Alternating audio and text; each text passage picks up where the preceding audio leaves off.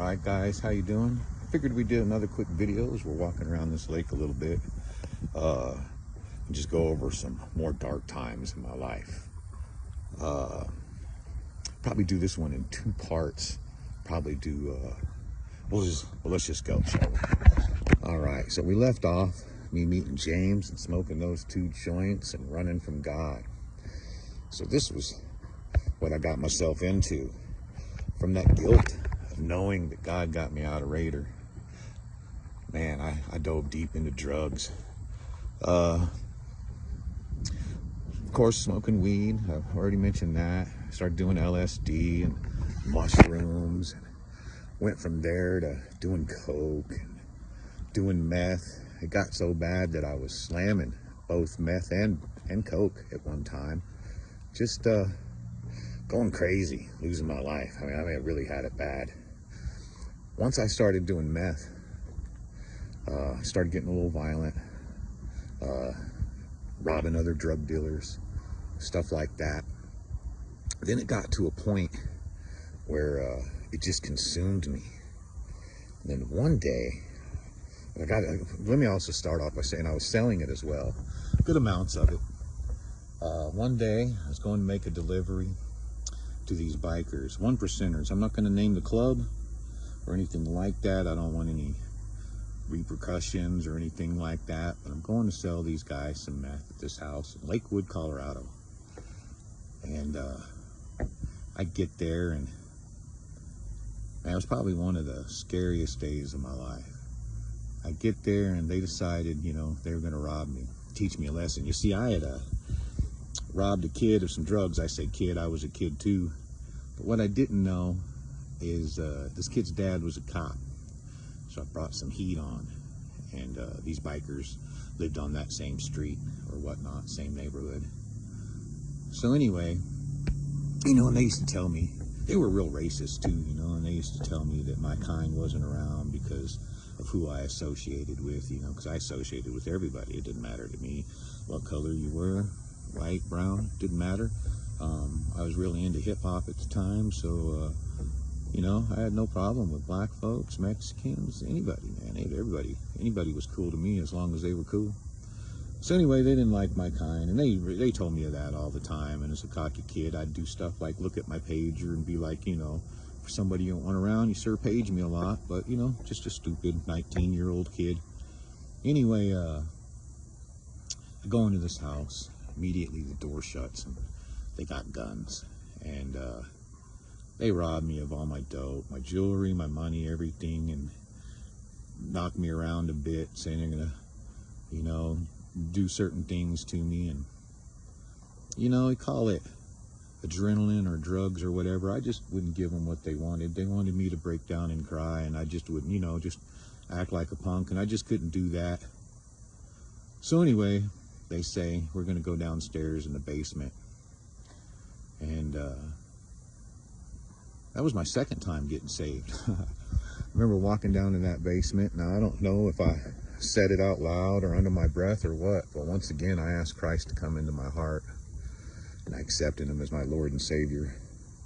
So we were walking down the stairs to that basement, and anyway, they sit me down. They make me put my right hand on a bar stool, and they put a gun to my head, and they tell me if I flinch, they're going to pull that trigger. So my hand's on that bar stool, my right hand, and bam, man, they hit that hand. And call it fear, adrenaline, drugs, whatever. I didn't feel it. Now I felt it afterwards, of course. They hit it one time, so now they tell me to put my left hand on the same bar stool. We're going to do the same thing. So I put my left hand on there, and bam, bam, bam. Man, they must have hit my left hand 4 or 5 times. Now, what's crazy about all that is my left hand, I got a hairline fracture on my pinky here and right in between my thumb. They hit that hand 4 or 5 times. Now, on my right hand, I don't know if you can see it, but that's a fist. You see how it's all deformed? I can't make a fist. That's my hand. You can see the scar on there if you look real good. They dusted it. They dusted like 3 or 4 metacarpals. I had to have titanium metacarpals put in. Dusted it. Anyway, long story short,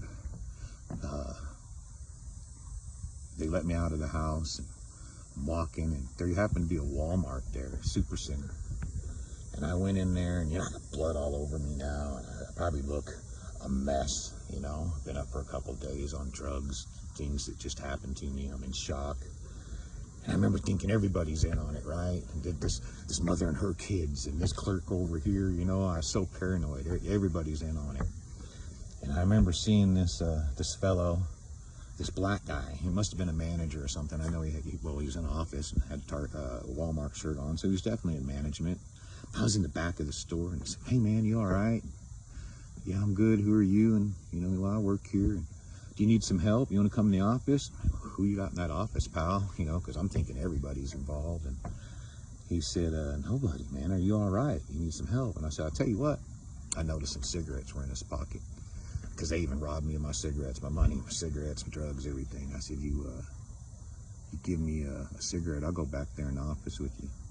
And I did. I mean, he called the cops, and cops interrogated me. I wouldn't give them any information. I told them that I woke up in a nearby park, you know, I'm on acid and meth and blah, blah, blah. So a few hours later, they dropped me off at the hospital, and that was that.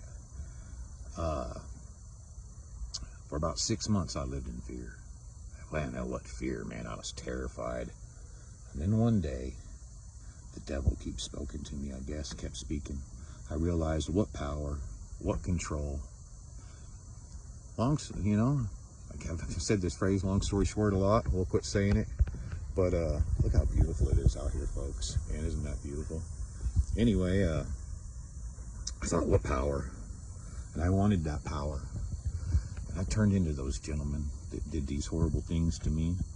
And I started doing that. I wanted to be that outlaw. I got outlaw tattooed on my stomach. Big O. That's where the name comes from. That was my nickname forever. That's how I got it. Outlaw to salvation. Outlaws tattooed on my stomach. So I started doing things they did, you know. I was hurting people. I was doing bad things to people. Man, kicking open doors, taking everything people had. Now, when I say people, I don't act like sound like I was just robbing regular folks. You know, back to me, I guess I had gang morals, I don't know. But I only messed with people that were in the game. And if you weren't in the game, if you were just a regular old citizen, I didn't mess with you. But man, if you were a drug dealer, a gang member, or if you were just living the wrong side of life, I was a terror to you. I was a terror. Eventually, it all caught up to me. And we're going to end it with this. I caught 4 felonies. I got 2 first-degree aggravated motor vehicle thefts, which is carjacking. That's the biggest you can have.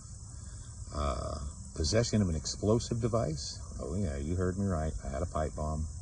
And possession of an illegal weapon. I had a shotgun that was sawed off. Man, probably only a half-inch barrel. Never shot that sucker. I was afraid, but I had it. And I was facing 25 to 56 years in prison. I ended up going to prison for quite a while. In my mind, quite a while. Not as long as these old timers get. But my whole 20s was knocked out because of it. And I'll leave you there with that. So we'll stop it there, and we'll continue on with my prison life. And then afterwards, hey, another thing. You see the merch here? I'll be selling merch soon. Outlaw to Salvation. This is just a test run right there. Hey, because of you guys, within 48 hours, my videos are we're climbing up to 4K views, 4,000 views in 48 hours. I appreciate it. Thank you. Hit that like button, hit that follow button, hit that share button. Help me to grow so I can help you to grow. It's go time. God bless. Look at that one more time. Look at that. Look at that. God bless, guys.